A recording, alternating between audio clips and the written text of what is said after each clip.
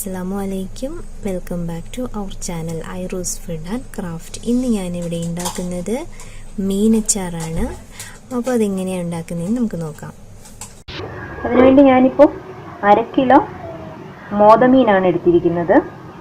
അപ്പോൾ ചെറിയ ചെറിയ പീസാക്കിയിട്ടുണ്ട്. ഈ അച്ചാറിന് വേണ്ടിയിട്ട് മീൻ എടുക്കുമ്പോഴത്തേക്ക് ചെറിയ പീസാക്കണം. ഇതുപോലെ ചെറിയ ചെറിയ പീസാക്കണം.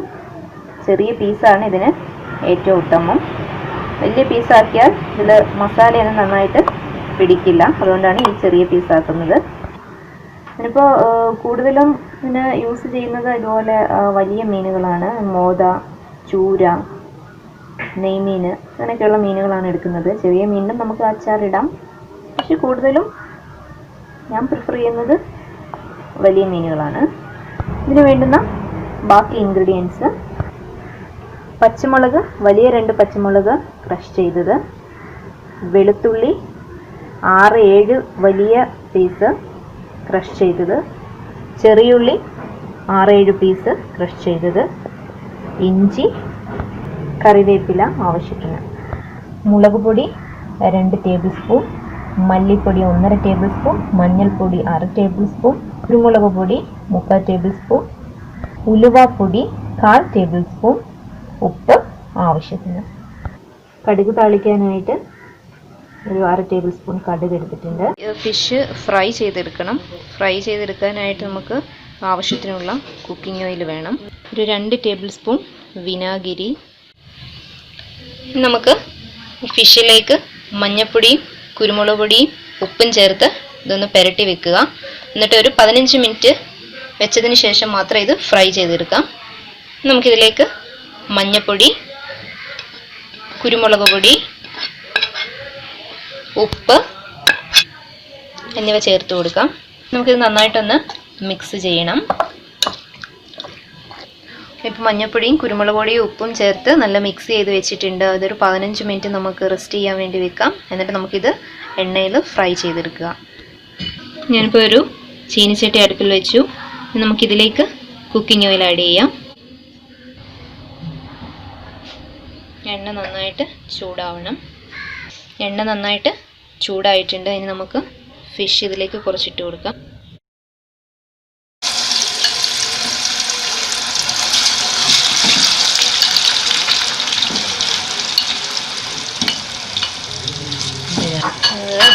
ഒന്ന് ഷാലോ ഫ്രൈ ചെയ്തെടുത്താൽ മതിയാവും. ഒരുപാടങ്ങ് ഫ്രൈ ആക്കല്, ഷാലോ ഫ്രൈ ചെയ്തെടുത്താൽ മതി. ഇപ്പോൾ ഫിഷ് ഇപ്പോൾ ഷാലോ ഫ്രൈ ആയിട്ടുണ്ട്. ഇനി നമുക്കിത് കോരി മാറ്റാം.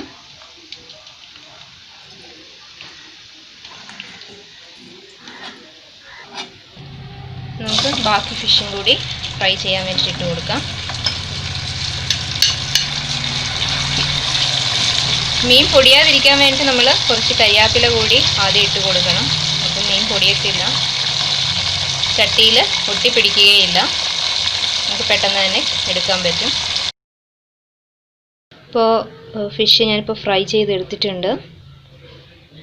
ഞാനിപ്പോൾ അച്ചാറിടാനായിട്ട് ഞാനിപ്പോൾ മൺചട്ടിയാണ് എടുത്തിരിക്കുന്നത്.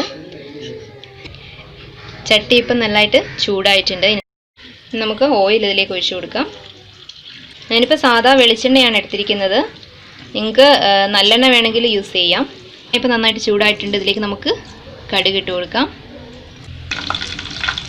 കടുകും കറിവേപ്പിലയും ഇപ്പോൾ പൊട്ടിത്തുടങ്ങി. ഇനി നമുക്കിതിലേക്ക് എടുത്തു വെച്ചിരിക്കുന്ന ഇതിലേക്ക് പച്ചമുളക്, ചതച്ച് വെച്ചിരിക്കുന്ന വെളുത്തുള്ളി, ചെറിയ ഉള്ളി, ഇഞ്ചി എന്നിവ ചേർത്ത് കൊടുക്കാം. ഇത് അല്പം ഒന്ന് മൂക്കണം. മൂത്തതിന് ശേഷം മാത്രം വേണം നമ്മൾ ബാക്കി പൊടി ഐറ്റംസ് എല്ലാം ഇതിലേക്ക് ഇട്ട് കൊടുക്കേണ്ടത്. ഇതിപ്പോൾ നല്ല ബ്രൗൺ കളറിലായിട്ടുണ്ട്. അതിന് നമുക്കിതിലേക്ക് എടുത്തു വെച്ചിരിക്കുന്ന മുളക് പൊടി, മല്ലിപ്പൊടി, മഞ്ഞൾപ്പൊടി, ഉലുവാപ്പൊടി എന്നിവ ഇട്ട് കൊടുക്കാം. നന്നായിട്ട് ഇളക്കി കൊടുക്കണം. നമുക്കിതിലേക്ക് ഒരു 1/2 ഗ്ലാസ് വെള്ളം ചേർത്ത് കൊടുക്കണം. വെള്ളമൊന്നും ഒരുപാട് ചേർക്കേണ്ട ആവശ്യമില്ല. ഒരു 1/2 ഗ്ലാസ് വെള്ളം മാത്രമേ ഞാനിപ്പോൾ ചേർക്കുന്നുള്ളൂ. ഈ ചാറ് നന്നായിട്ടൊന്ന് കുറുകി വരണം. ഒരു അല്പം ഉപ്പും കൂടി ചേർത്ത് കൊടുക്കാം. ഇനി നമുക്ക് ഫ്രൈ ചെയ്ത് വെച്ചിരിക്കുന്ന ഫിഷ് ഇതിലേക്ക് ഇട്ട് കൊടുക്കാം.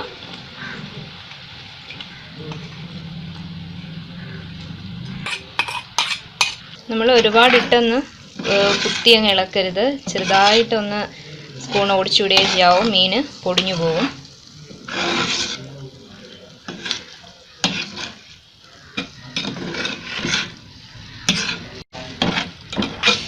ആ ഒരു അച്ചാറിൻ്റെ ആ മീനിൻ്റെ ആ ഒരു നല്ല മണം എനിക്ക് മൂക്കിലേക്ക് അടിച്ചു വരുന്നുണ്ട്.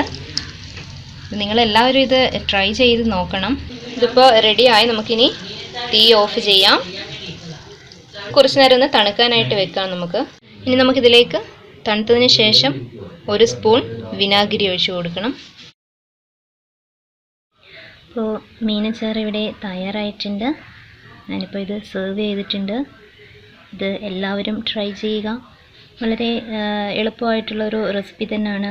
ഇത് നമുക്ക് ഗൾഫിലൊക്കെ പോകുന്നവർക്ക് കൊടുത്തുവിടാൻ പറ്റും. പിന്നെ നമുക്ക് കുട്ടികൾക്ക് കൊടുത്തുവിടാൻ നമുക്ക് വീട്ടിൽ യൂസ് ചെയ്യാം. എല്ലാം ചെയ്യാൻ പറ്റുന്ന ഒരു എളുപ്പമുള്ളൊരു റെസിപ്പി തന്നെയാണ്. അപ്പോൾ എല്ലാവരും ഇത് ട്രൈ ചെയ്യുക.